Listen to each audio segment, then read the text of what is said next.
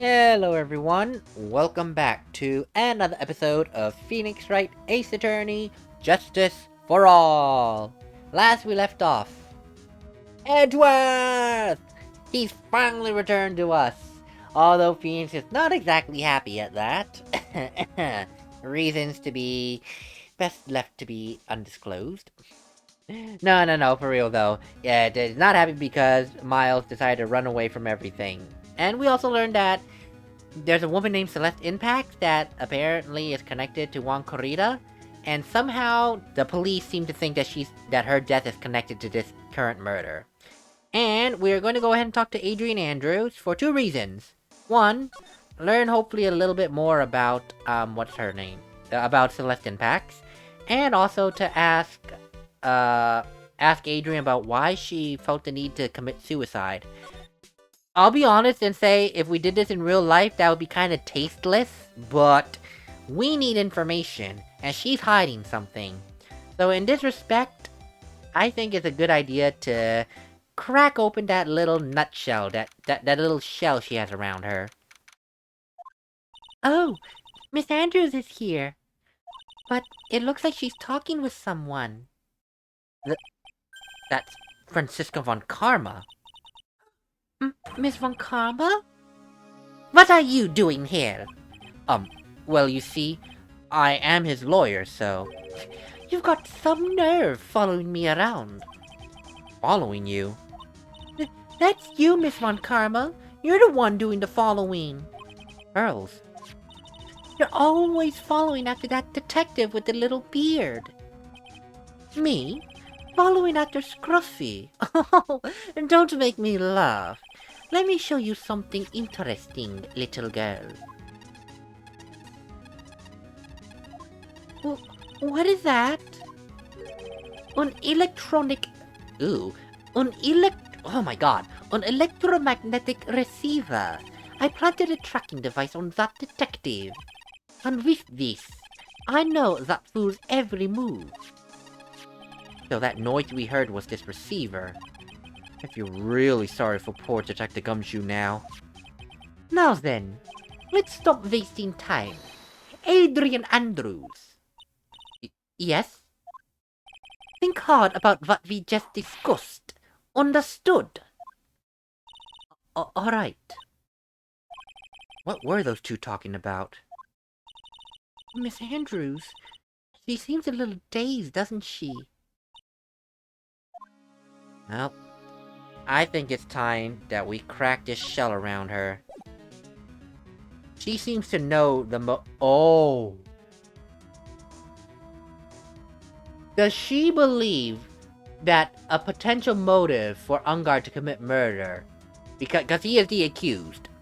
So, with Ungar being the accused, his motive for murder in this respect will be because of Celeste Impacts' suicide.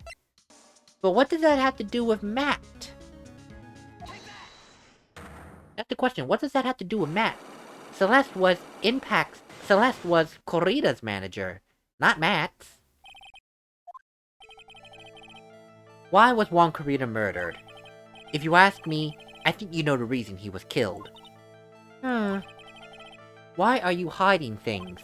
Don't you realize you're putting Mr. Ungar's life in danger by your actions?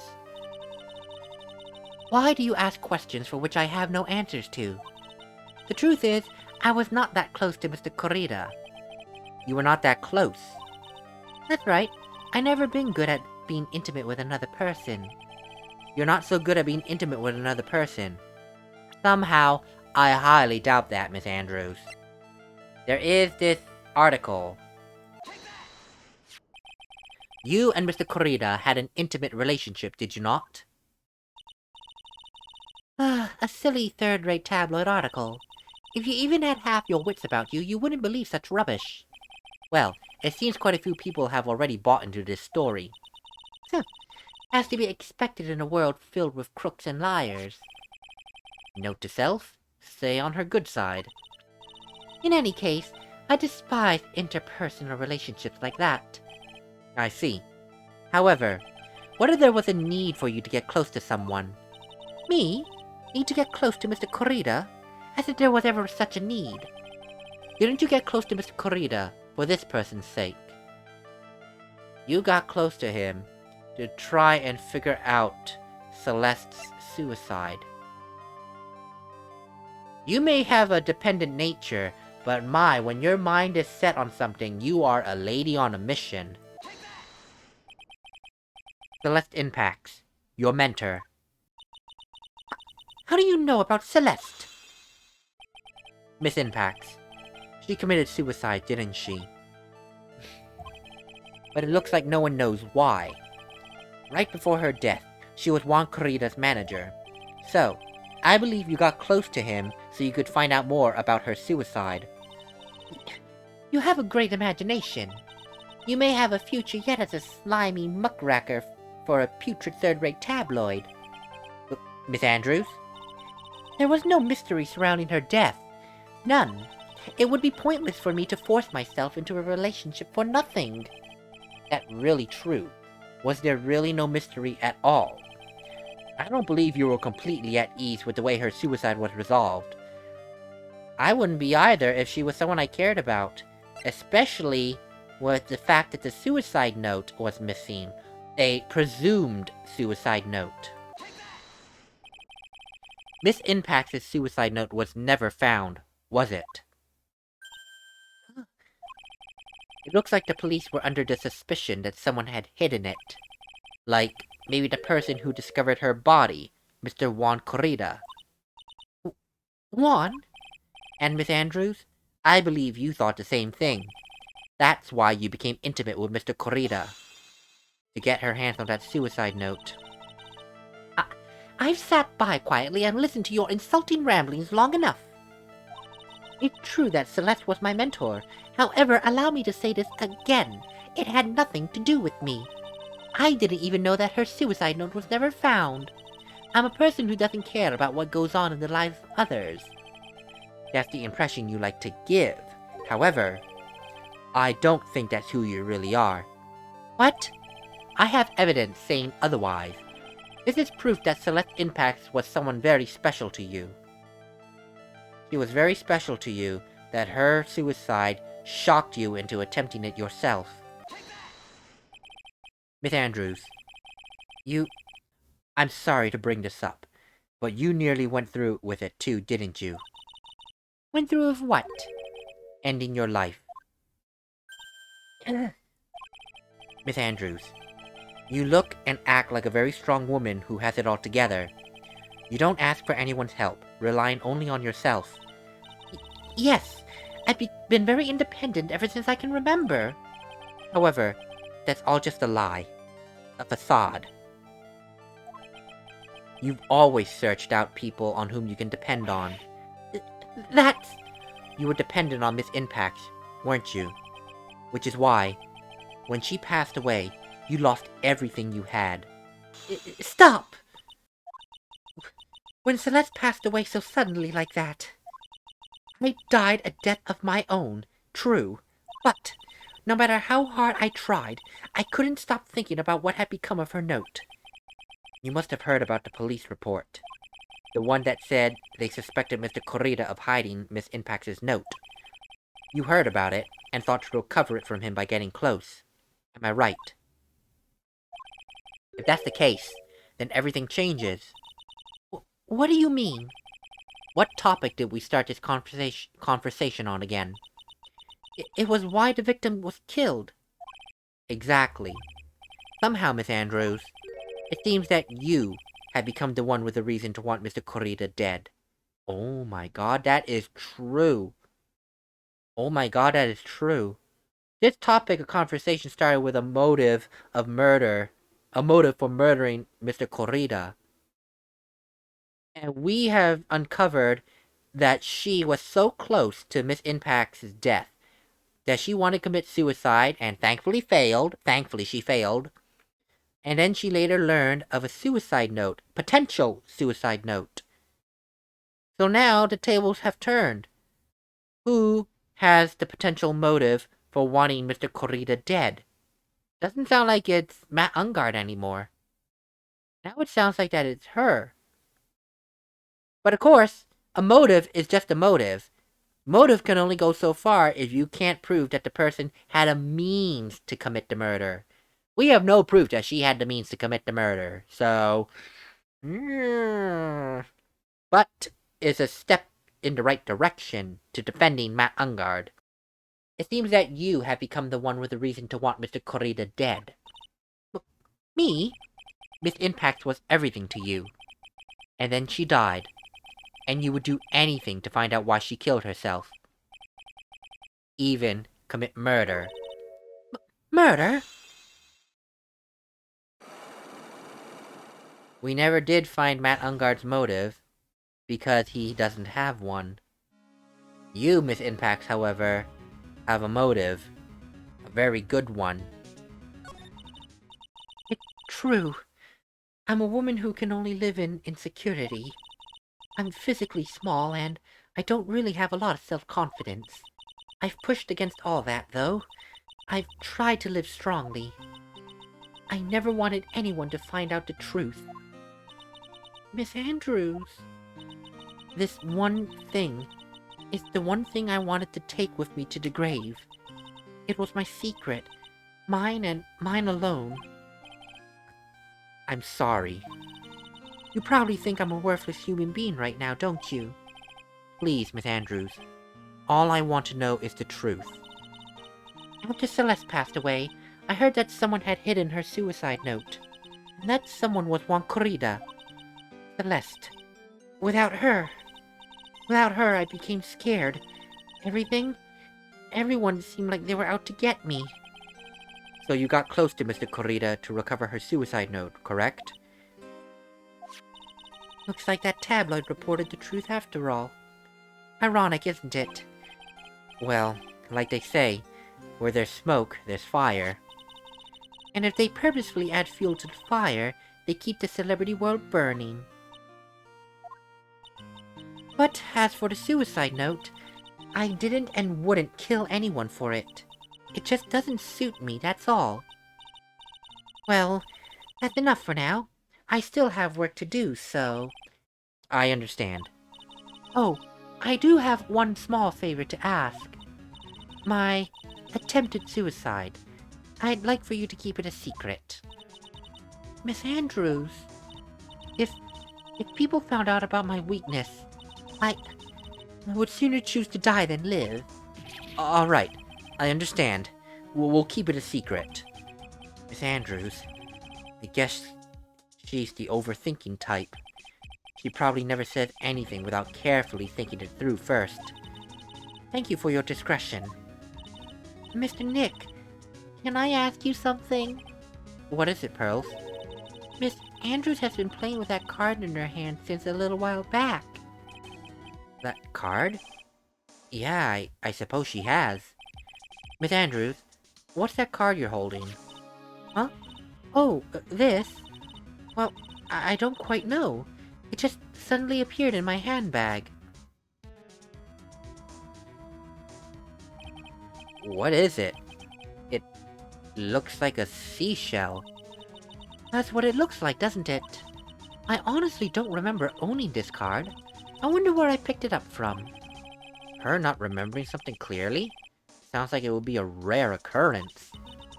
Well, I must be off. I leave Mr. Ungard in your capable hands. Oh gosh. So she is a woman who hides her insecurities from the world. And her insecurities are so strong that she feels the need to attach herself to someone. That is dependency issues.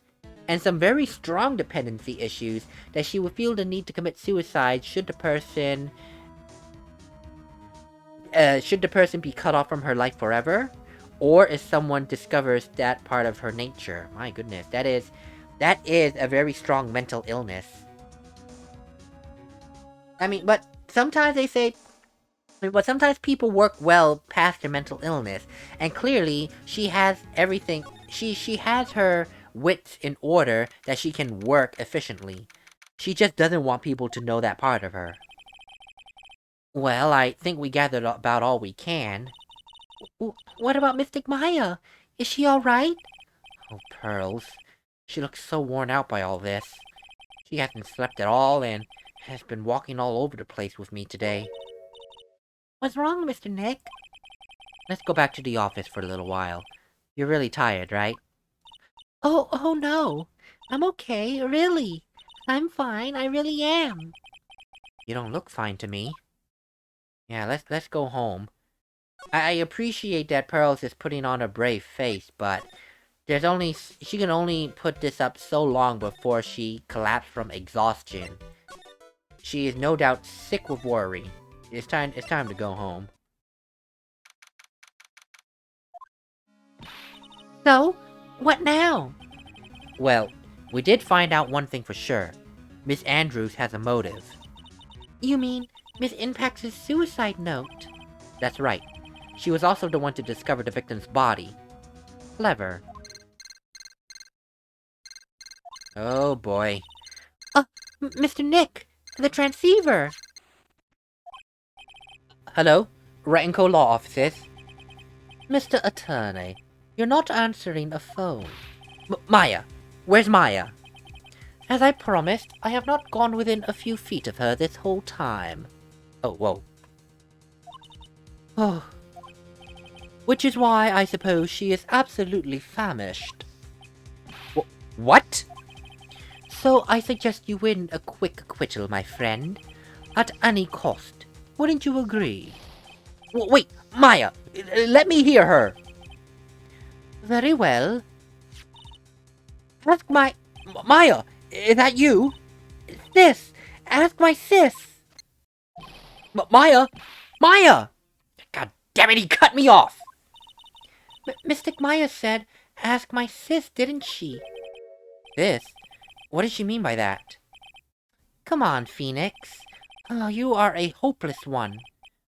Saw? Come on, Phoenix. I know you're panicked, but even you should know. But Mia! I have a message for Maya, so come, ask me anything you want about her. Even in panic, Maya is smart. You know she can give a message from Mia. Through Mia, I'm sorry. But God, he is torturing Maya by not feeding her. Kept his word, alright. Never to approach even a few feet from her. Which includes not entering his cell. Her cell. Or whatever it is. But anyway. How's Maya, Mia? She's safe. For now. That kidnapper is one to keep his word, it seems. I'm glad to hear she's safe, but... Mia, how did you know? Well, as soon as she was locked up, Mia called for me. I read the note she left.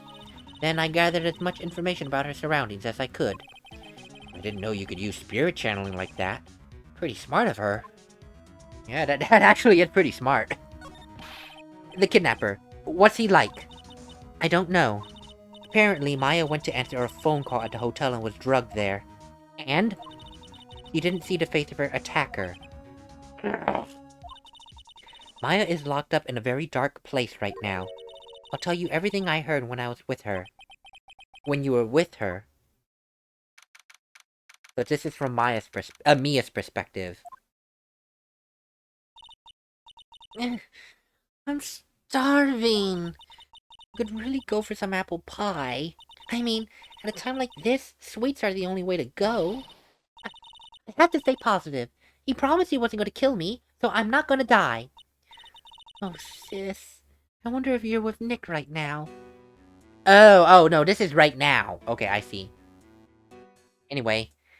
Oh god, Mia. Well, there's a lot of wine, but that's not exactly food, and I don't think it's a good idea to get drunk in this situation. Huh?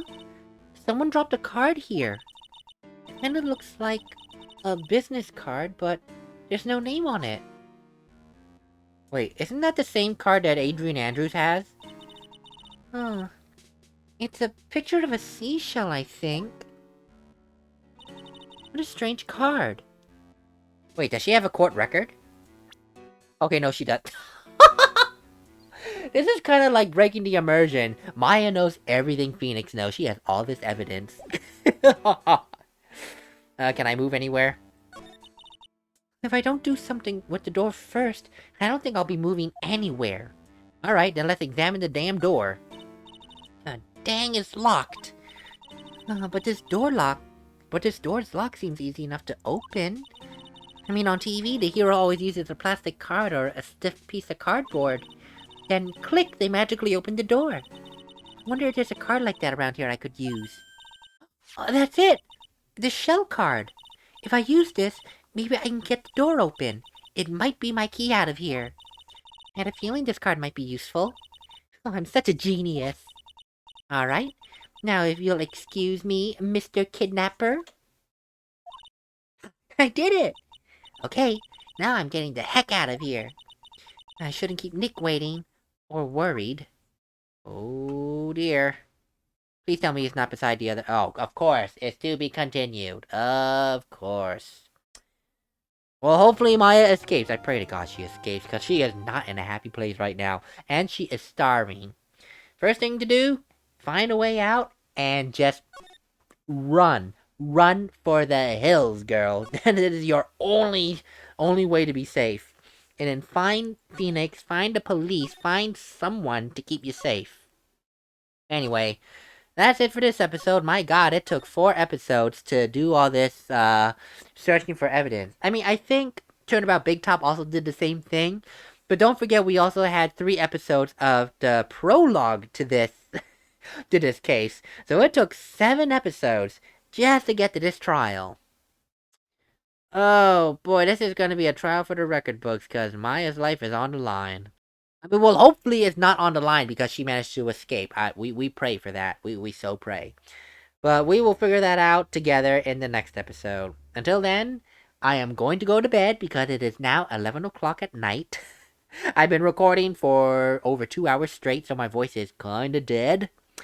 And I will see you all on the next episode where we start the ever amazing trial portion. Later, everyone.